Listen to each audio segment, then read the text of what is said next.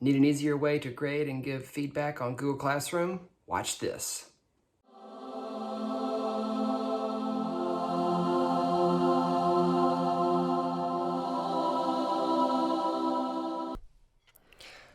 Hi, welcome. We're going to talk here about how to create a rubric to use with Google Classroom assignments here. So I'm just going to reuse my Bach Prelude Cello Suite number 1 assignment here. I'm going to click on it, click Edit, okay. And for the sake of this rubric and demonstration, I'm going to change this to 8 points, all right. Down here under Rubric, I have the option to create rubric, reuse rubric, import from sheets. I'm going to do create rubric. This seems to be the easiest. And it's going to give me here the option criterion title, criterion description, and point values. Now, the criterion title is what I am looking at. So let's say I'm going to look at rhythm, okay? All right, and then I'm going to give a point value here. Whoops. Out of 4 actually. I'm going to use some language here that we've adopted, and there's going to be 4 of these going 3, and you can, excuse me, and you can use the arrows here if you want. That's easier. Okay, criterion description, you know, with music, the title and all the description down here is pretty self-explanatory, but you can put one here, you know, criteria for rhythmic, accuracy. Okay, I certainly want to look at rhythm, looking at Bach Cello Suite, Prelude to Suite number 1. All right, and this is going to be for me consistently, mostly, sometimes, and rarely. Okay, and then I'm going to put down the description here, all right, of the fulfillment of the requirements to get, you know, all of the points for each level. And then I can put as many, you know, criterion as I want. Let's do tone, okay, and this is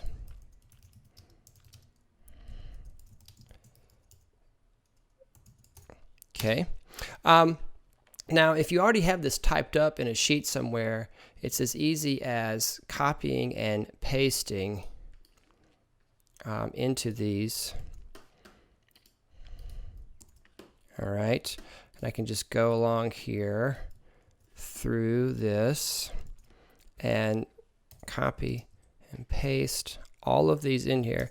And I'm going to fill all of these out because the students will be able to see all of this, all right, and know exactly how they've done on the assessment here, all right?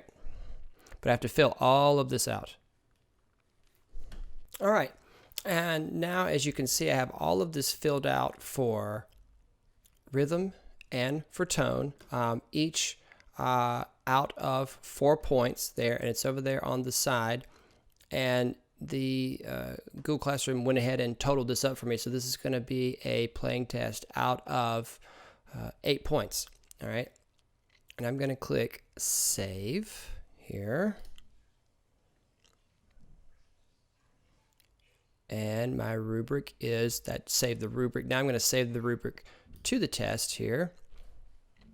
Are you sure you want to update the point? Yes, because we had it out of 10 before there. All right, so let's go back to this one that we graded here. All right. We gave a 9, so we went ahead and just kept the 9. So for the sake here, we're going to say that this is a, well, it won't let me change it there. That's right. All right, so we're going to say here, oops, that's 1. 4 out of 4 for the rhythm. And we talked about the string crossings earlier. All right, so since bowing is part of tone, we're going to do 3 out of 4, and it automatically totaled it up here for me, 7 out of 8. It tells you what they previously had, okay? And you can see down here, you can grade it this way, you know, you could change it this way, and it will go ahead, all right? So if you're, you know, listening to the test here, as we did with this, okay, I'm watching here.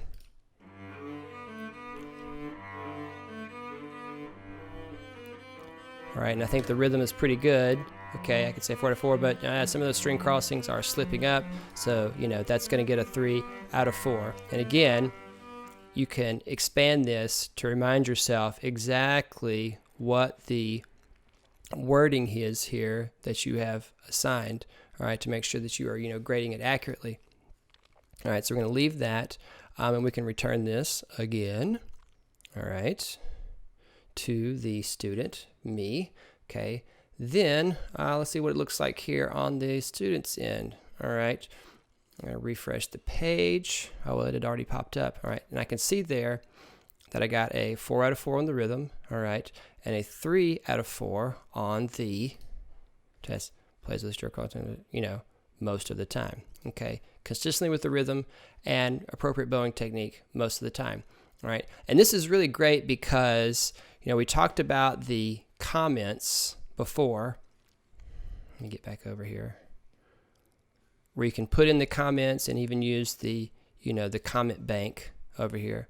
All right, but if you're grading 30 or 40 of these across all your grades, and you're like me with 150 students, it's really nice for the rubric to stand for itself as a major means of feedback to the students. Okay, whereas before we had this and it just said 9 out of 10, or maybe it just says 7 out of 8, and it's like, well, what did I do? And it just says work on bow hold or whatever.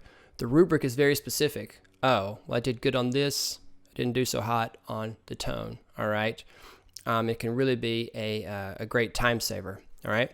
Now, once I have a bank of these, and I've used rubrics several times, I can reuse them in future assignments like so. All right, so let's create a new assignment here. All right, we'll call this Bach Jig. Okay, another great movement. So we're going to do this suite, still suite number 1. Okay, got it.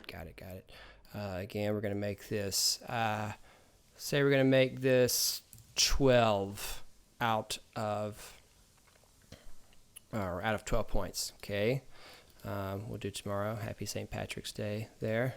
All right, let's see. Topic, still playing test. All right, under rubrics, create rubric, reuse rubric. And what I can do is I can go into this other assignment, the Prelude assignment, hit select,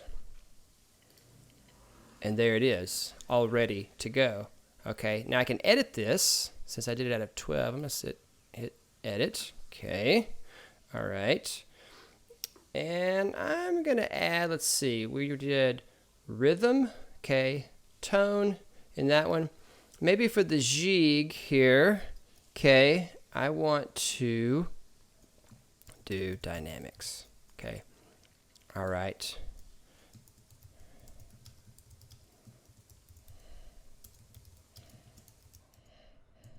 And I'm going to do the same thing. I'm going to go through here and I'm going to put my point values, okay, which for me is 4, 3, 2, 1, consistently, mostly, sometimes, rarely. And I'm going to add in the description for each one of those. And it will look the same as the other, except with these 3 different categories, and it will be out of 12 points instead of 8. All right. And the more I make these, okay, the more I can have to draw from. And you might even want to go in, when you have time, and make an assignment and just save it in draft that has all of the different categories that you want to use. And that way you could just use it as a template, okay, with all 6 or 7 or however many categories you like to grade on. And then you can just delete them like so. Okay, you can delete criteria just like that. All right, and just have 2 or however many that you would like to have. All right, that's rubrics and how to use them. Let me know if this is helpful. If there's anything else you guys would like to see, let me know. And thanks for watching.